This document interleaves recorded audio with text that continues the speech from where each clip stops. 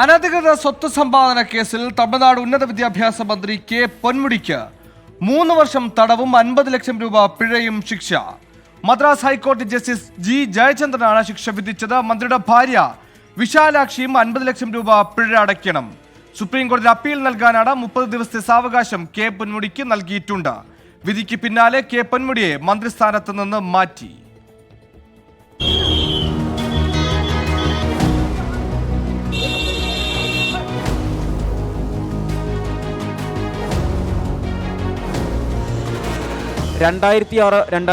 കാലഘട്ടത്തിൽ മന്ത്രിയായിരിക്കെ അനധികൃതമായി സ്വത്ത് സമ്പാദിച്ചുവെന്ന കേസിൽ കെ പൊന്മുടിയെയും ഭാര്യ വിശാലാക്ഷിയെയും 2016 വെല്ലൂർ പ്രത്യേക കോടതി വെറുതെ വിട്ടിരുന്നു.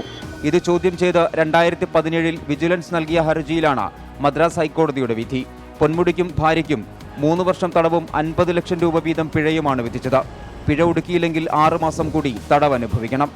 ശിക്ഷാവിധി 30 ദിവസത്തേക്ക് സസ്പെൻഡ് ചെയ്യുന്നുവെന്നും ഇക്കാലയളവിൽ മന്ത്രിക്ക് സുപ്രീം കോടതിയിൽ അപ്പീൽ നൽകാമെന്നും ജസ്റ്റിസ് ജി ജയചന്ദ്രൻ ഉത്തരവിട്ടു. വിചാരണ കോടതി കേസിന്റെ മുഴുവൻ ഭാഗങ്ങളും പരിശോധിക്കാതെയും തെളിവുകൾ പഠിക്കാതെയുമാണ് വിധി പുറപ്പെടുവിച്ചതെന്ന വിമർശനവും ഹൈക്കോടതിയുടെ ഭാഗത്തു നിന്നുണ്ടായി. വിധിയുടെ പശ്ചാത്തലത്തിൽ കെ പൊന്മുടിയെ മന്ത്രിസ്ഥാനത്ത് നിന്ന് മാറ്റി. പിന്നാക്ക വിഭാഗ വികസന മന്ത്രി RS രാജാ കണ്ണപ്പന് പകരം ചുമതല നൽകി. ഇതു സംബന്ധിച്ച് മുഖ്യമന്ത്രി MK സ്റ്റാലിൻ ഗവർണർ RN രവിക്ക് കത്ത് നൽകി. 24 ചെന്നൈ.